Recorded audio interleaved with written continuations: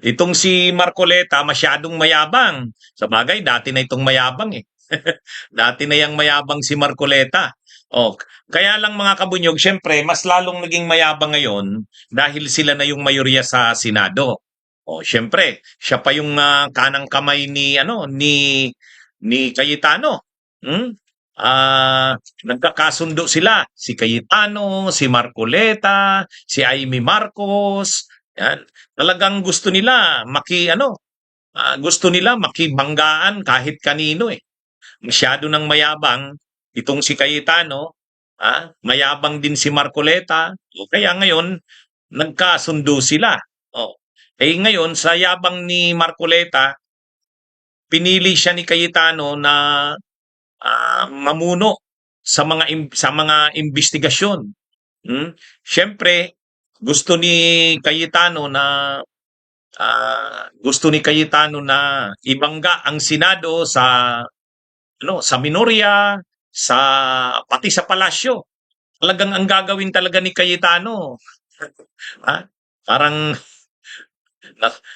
wala siyang pakialam kung nagki-create siya ng mga kaguluhan, wala siyang pakialam kung masira na ang imahe ng Senado, ha? Ah, handa daw siya na panindigan kung ano ang sa tingin niya dapat sa Senado. Kaya lang marami nang nagre-react kasi wala na eh. Araw-araw na lang kaguluhan ang dala ng pamumuno ni Cayetano sa Senado. Oh, kaya lang yun din ang gusto nila Marcoleta eh. Yun din ang gusto ni Marcoleta. Alam naman natin si Marcoleta gusto lagi away. Gusto lagi away. Oh, gusto lagi ipakita na magaling siya. Oh, pero ngayon napahiya siya kay Trillanes.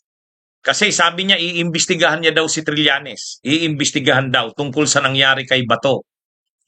Tinanong si Trillanes ng media kung anong masasabi. Ay sabi ni Trillanes, walang problema sa kanya yan.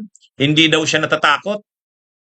Pag pinakita daw sa kanya, ay pag sinabihan daw siya ni Marcoleta na pumunta ng Senado para batukan siya, batukan si Marcoleta, gagawin niya daw yan. Kaya pahiya si Marcoleta eh. Akala ni Marcoleta matatakot si Trillanes sa kanya. Nagkamali, Nagkamali si Marcoleta. Pero abangan natin kung anong gagawin niya. Siseryosuhin ba ni Marcoleta ang banta niya kay Trillanes? Anuhin niya daw ito. Papatawag niya daw ito at iimbestigahan. Ay, sabi naman ni Trillanes, handa daw siya dyan. Wala daw problema sa kanya yan. Yun, maganda yun. Magkakasubukan, mga kabunyog, mga kababayan. Oh. Ito kasing si Marcoleta, dahil ngayon sa bagong liderato ng Senado, ang gagawin nila Cayetano, una, papalitan si Lacson. Yung mga investigasyon ng Senate Blue Ribbon, isasagawa pa rin daw, itutuloy, pero ang magsasagawa na ng investigasyon si Marcoleta. Sa bagay, dati namang si Marcoleta ang nagsasagawa niyan. Bago pinalitan si Marcoleta ni Lacson, si Marcoleta. Kaya lang nakita naman natin kung ano yung direksyon ng Blue Ribbon sa ilalim ni Marcoleta eh. Sa ilalim ni Marcoleta, pinagtatanggol niya si Diskaya. Ang iniimbestigahan niya yung Kamara, si Martin Romualdez, dun siya nakafocus. Pero pagdating sa mga kapwa niya senador, tulad nila Jinggoy, Joel Villanueva, wala, pinagtatanggol niya yan. Kasi para sa kanya, ang kapwa senador dapat protektahan. Yan din ang gagawin ni Marcoleta diyan, mga kabunyog. Ngayong siya na uli ang Blue Ribbon. Actually, ang Blue Ribbon Committee chairperson si Pia Cayetano. Kaya lang nag-create ng subcommittee. Ang ginawa nila, nag-create ng subcommittee para lang sa flood control. So ang target talaga nila, wag na si Pia Cayetano ang mag-imbestiga ng flood control. Bagamat ang Blue Ribbon Committee chairperson ay si Pia Cayetano, pero pagdating sa flood control, ibinigay nila yan kay Marcoleta. Kaya ang gagawin dyan ni Marcoleta, alam naman natin ang katandem ni Marcoleta si Mike Defensor, si Libby Baligod. Kaya ngayon, makakabuelo na sila ngayon. Ipapatawag ni Marcoleta sila Libby Baligod, ipapatawag si Mike Defensor, ipapatawag si yung 18 na ex-Marines, o yan yun.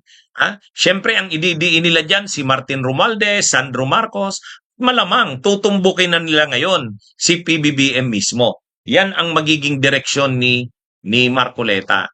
Mayabang si Marcoleta, hindi lang daw yung Blue Ribbon, hindi lang daw yung flood control ang iimbestigahan niya.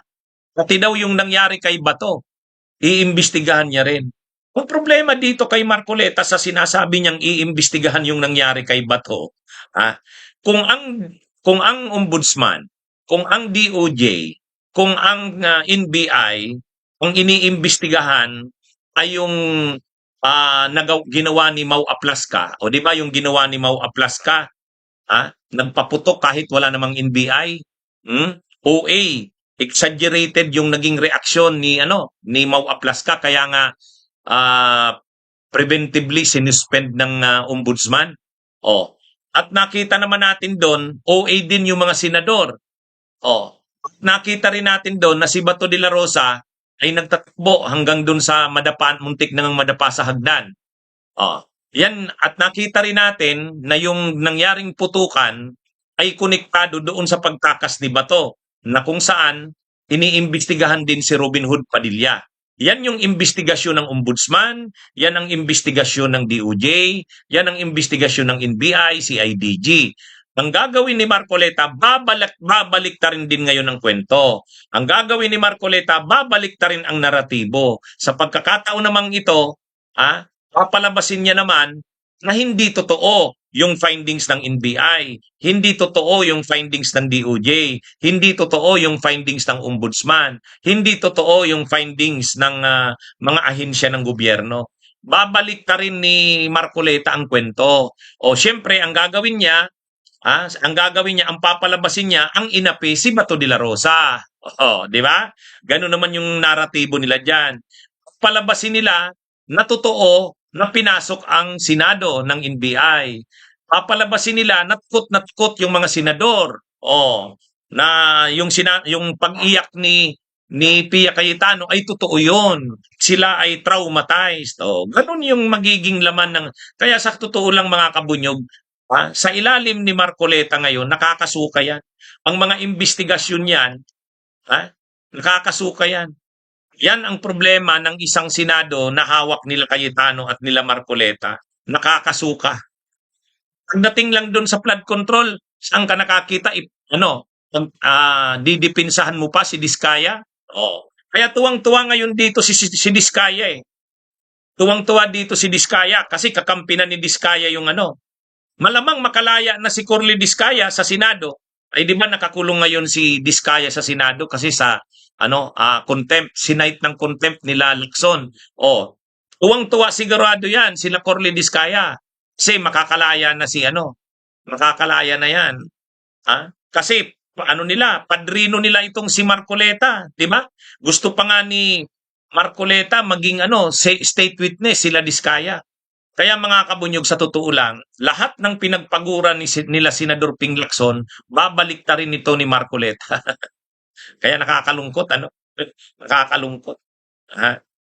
Tapos yung tungkol naman doon sa mga findings ng law enforcement agencies natin, na ang pinapakita sa CCTV ay peke yung putukan doon sa Senado, yung pag-iyak ng mga nila Pia Cayetano ay drama lang, hindi naman totoo na pinasok talaga ang Senado. Babaguhin ni Marcoleta yan. Papalabasin ni Marcoleta na yung version nila ng pangyayari. Sa totoo lang, masusuka kayo. Masusuka tayo diyan sa gagawin ni Marcoleta. Habang ginagawa niya yan, lalong nagiging mayabang yan. Sabi niya, gagawin niya daw uli gagawin niya daw ang Senado na ang mga investigations ay kapanipaniwala. Wow, kapanipaniwala. Iimbestigahan niya rin daw yung nangyari noong May 11, yung kay Bato de la Rosa. Iimbestigahan niya rin daw yung nangyaring putukan. Kaya alam na natin kung anong kalalabasan ng sinasabi niyang investigasyon na yan. Di ba? Kaya ano ito, i-expect na natin na kung tayo ay pinupuri natin yung blue ribbon sa ilalim ni Lacson, dito masusuka tayo sa mga lalabas dito sa investigasyon ni Marcoleta. Yan ang yan ang makukuha natin sa isang Senado na nasa ilalim nila Cayetano at Marcoleta. Masusuka. Bunyog, bunyog, halikan na kasama ka. Bunyog, kapag buklod ay may pag-asa. Luzon, Visayas, Mindanao, isa ang pananaw. Sa bagong Pilipinas ang bunyog isisigaw. Bunyog, bunyog.